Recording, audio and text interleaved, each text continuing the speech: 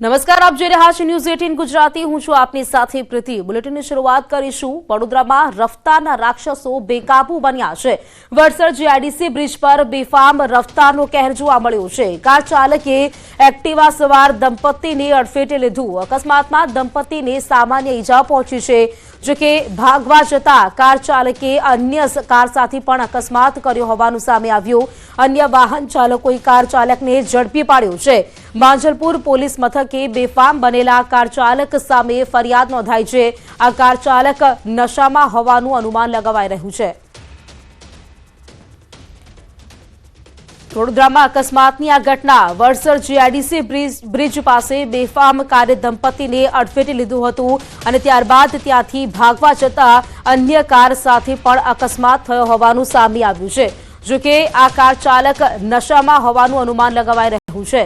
હાલ તો આ મામલે ફરિયાદ પણ નોંધાઈ છે. સ્થાનિકોએ કાર ચાલકને ઝડપી પાડ્યો છે અને સ્થાનિકોનું કહેવું છે કે આ જે કાર ચાલક છે તે નશામાં હતો. વડોદરામાં પણ રફતારના રાક્ષસો જાણે બેફામ બન્યા હોય તેવી ઘટના.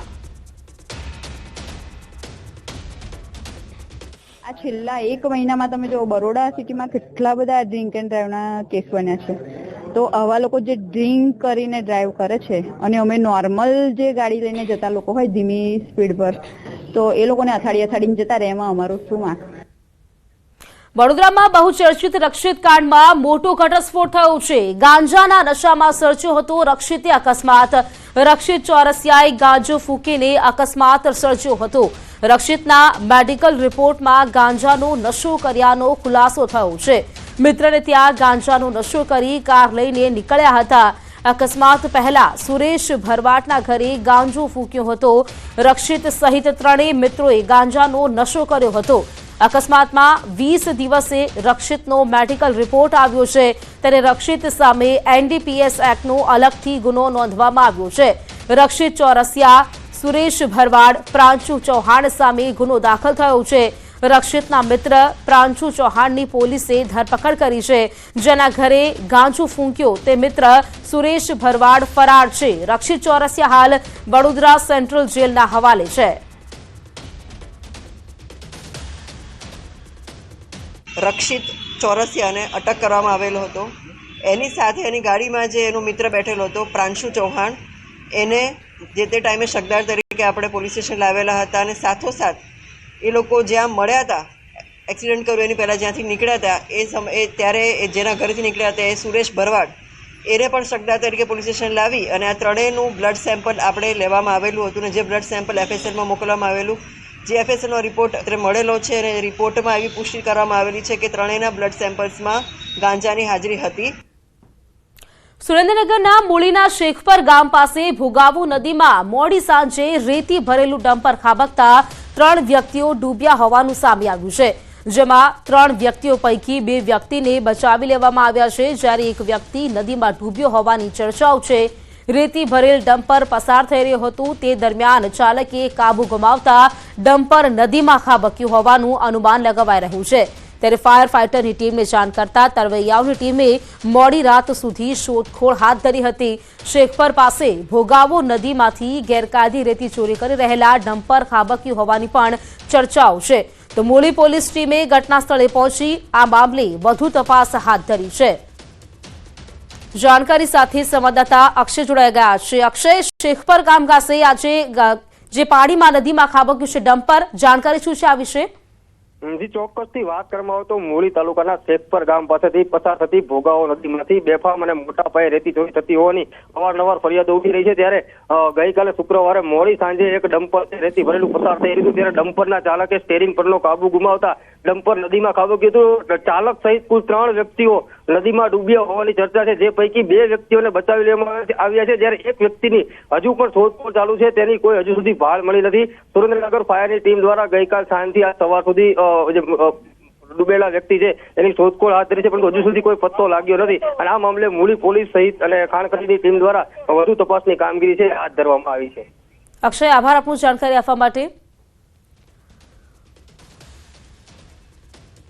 અમદાવાદના નારોલ શાહવારી રોડ પાસે ફેક્ટરીમાં આગ લાગી છે. હેમનેલ ફેક્ટરીની પાછળ પ્લાસ્ટિકના ગોડાઉનમાં આગ લાગી હતી। ફાયરની 4 ટીમો અને 2 ફાયર અધિકારીઓ ઘટના સ્થળે દોડી આવ્યા હતા। આગ લાગવા પાછળનું કારણ અકબંધ રહેવા પામ્યું છે। ફાયર બ્રિગેડ દ્વારા આગ પર કાબુ મેળવાયો હતો।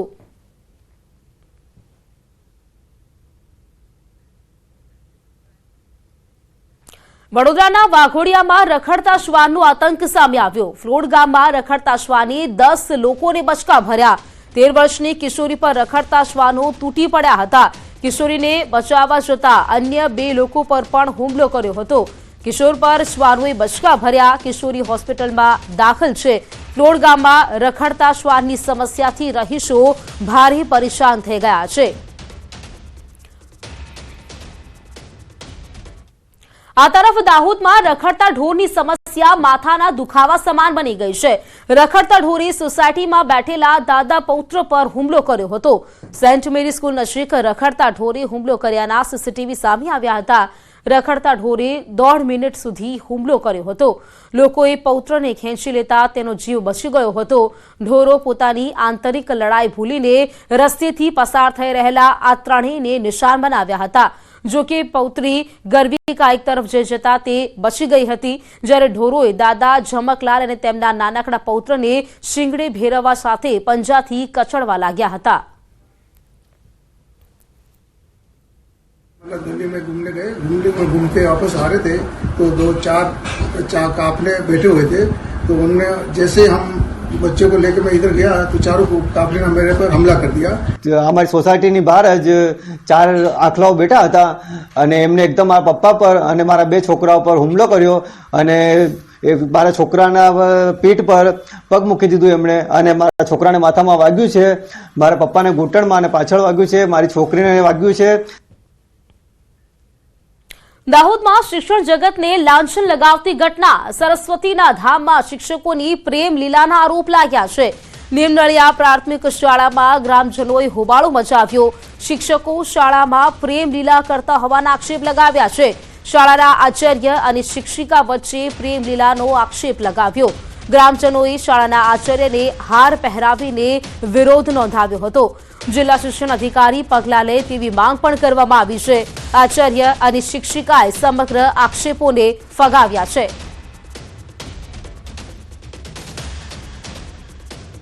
કે વામગડી 1 થી 3 વાર મેટર થઈ ચૂકી છે। 3 વાર મેટર થઈ ચૂકી છે। પ્રેમ લીલાનો મેટર થયો છે, બરાબર। એમાં શિક્ષકને પ્રિન્સિપાલે શિક્ષકને માર્યો, એમાં શિક્ષકનો હાથ તૂટ્યો છે, બરાબર। હવે એ બાબત અમે ભેગા થયા છે કે આ શિક્ષણ આ લોકો આ રીતે પ્રેમ લીલા રમે છે, બરાબર। એ બાબતમાં અમારા છોકરા ખોટી લાઈન પર જાય છે, એમની જોડે તો ખોટું શીખે છે, બરાબર।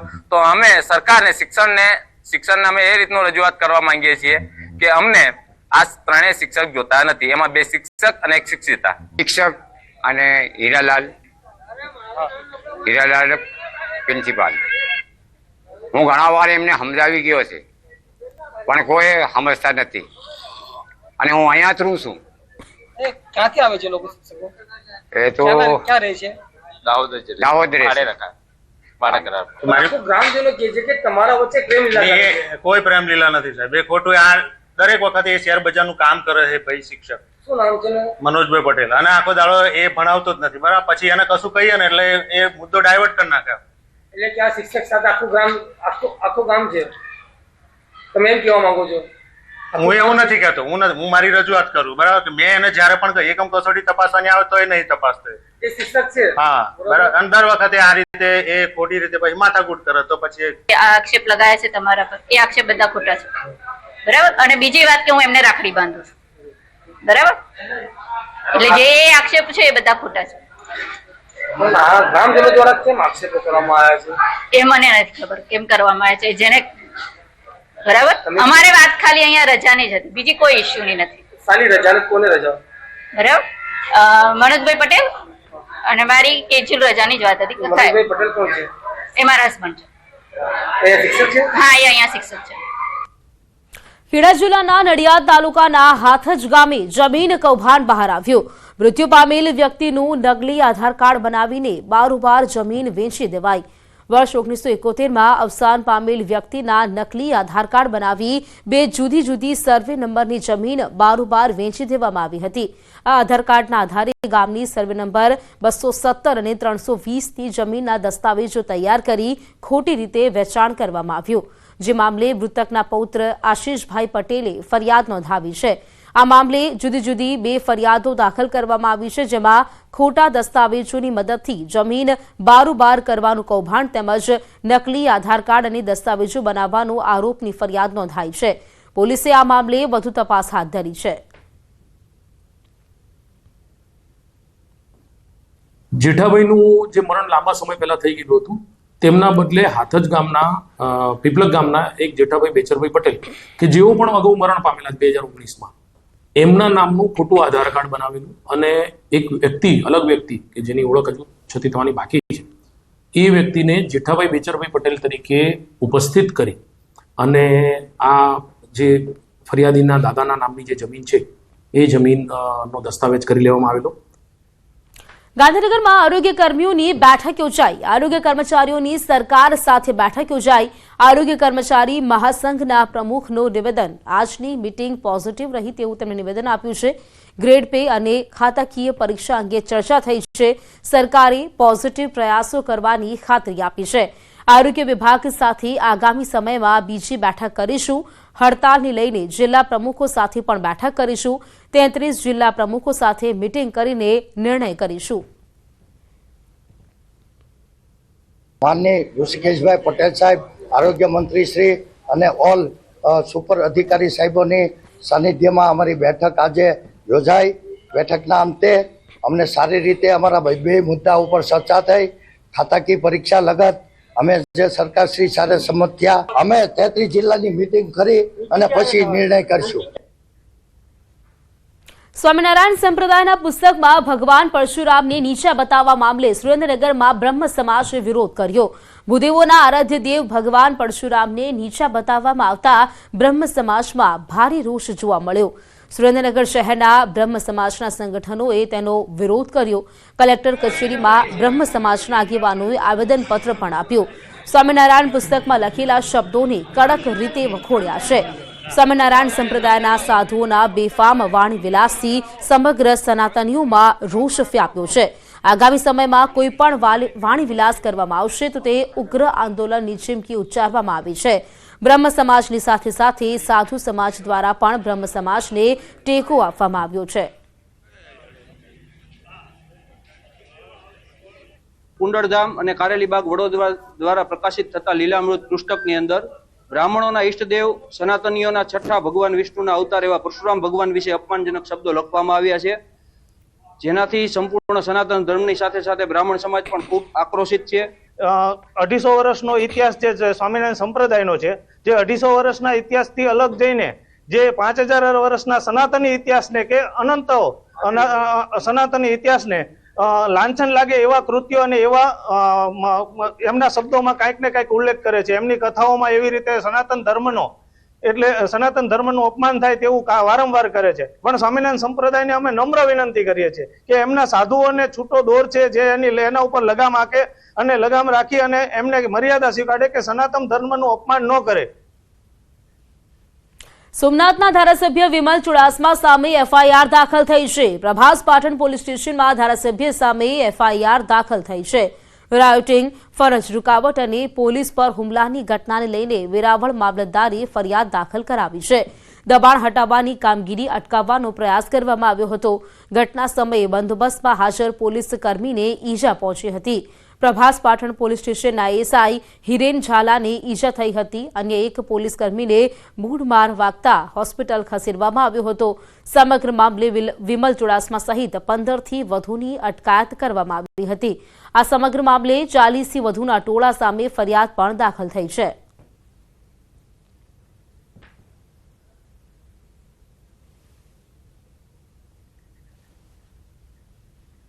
બોટાદ શહેરના ગઢડા રોડ પર 30 વર્ષીય યુવાનની હત્યા થઈ ગઈ. તીક્ષ્ણ હથિયાર વડે હુમલો કરવામાં આવ્યો. આ હુમલામાં 30 વર્ષીય કિશોર જતાપરાને ગંભીર ઈજાઓ પહોંચી હતી. ઇજાગ્રસ્ત હાલતમાં સારવાર માટે સરકારી હોસ્પિટલમાં ખસેડવામાં આવ્યો હતો. તબીબી સારવાર દરમિયાન તેનું મૃત્યુ નીપજ્યું છે. સસરાએ જમાઈની હત્યા કરી હોવાની પ્રાથમિક માહિતી મળી રહી છે. પત્ની રીસામણી હોય જેના કારણે ત્યાં જઈ બોલાચાલી બાદ હુમલો કરાયો હોવાની માહિતી મળી છે. મૃતક દારૂ, જુગાર સહિત મારામારીનો ગુનાહિત ઇતિહાસ ધરાવે છે. પોલીસ દ્વારા અલગ અલગ દિશામાં હત્યા કરનારની શોધખોળ શરૂ કરવામાં આવી છે.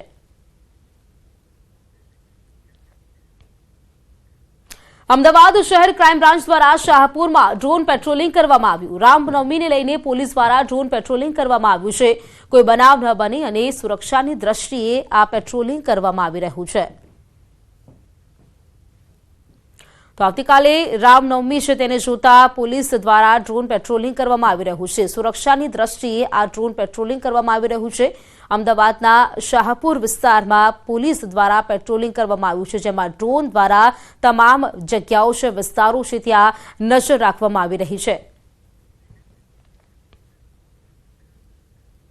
पुलिस हमेशा लेट आती है આ ડાયલોગને હવે ગુજરાત પોલીસ ખોટો સાબિત કરશે. સામાન્ય રીતે કોઈ ઘટના બને ત્યારે પોલીસને જાણ કર્યા બાદ પીસીઆર વાનને પહોંચવામાં સમય લાગતો હોય છે, પરંતુ હવે આ સમસ્યાનો ઉકેલ ગુજરાત પોલીસે શોધી કાઢ્યો છે. રિસ્પોન્સ ટાઈમ ઘટાડવા ગુજરાત પોલીસ શરૂ કરવા જઈ રહી છે પ્રોજેક્ટ જીપી દ્રષ્ટિ. આ પ્રોજેક્ટ અંતર્ગત ડ્રોનનો ઉપયોગ કરવામાં આવશે. હવે 100 નંબર પર ઘટનાની જાણ કરતા જ પીસીઆર વાન પહેલા ડ્રોન પહોંચી જશે. ડ્રોન દ્વારા મેળવેલા ફૂટેજ ડ્રોન બેઝ સ્ટેશનના અધિકારીઓને રિયલ ટાઈમમાં દેખાશે, જેના આધારે ઘટનાની ગંભીરતા અને જરૂરી પોલીસ ફોર્સનું આયોજન તાત્કાલિક કરી શકાશે.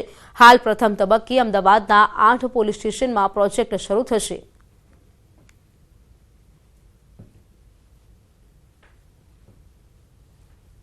વ્યક્તિ 100 નંબર ઉપર ક્યારે પણ ફોન કરે કોઈ પણ ઘટનાને ઇન્ફોર્મ કરવા માટે, એટલે 100 નંબર આજે જે પીસીઆર વેનને ઇન્ફોર્મ કરે છે એ જ રીતે એ ડ્રોન બેઝ સ્ટેશનને પણ ઇન્ફોર્મ કરશે આ ઘટના બાબતમાં. એટલે પીસીઆર વેન પણ રવાના થાય અને ડ્રોન પણ રવાના થાય. આપણે છેલ્લા 10 દિવસથી અમદાવાદ શહેર અને સુરત શહેરના અમુક વિસ્તારોમાં આ ડ્રોન કઈ રીતે ત્યાં ઘટના સ્થળે પહોંચે છે એ અંગેની પાયલટ પ્રોજેક્ટ પણ કરવામાં આવી હતી. સમાચારોમાં રોકાઈશું એક બ્રેક માટે. અન્ય સમાચાર આ બ્રેક બાદ.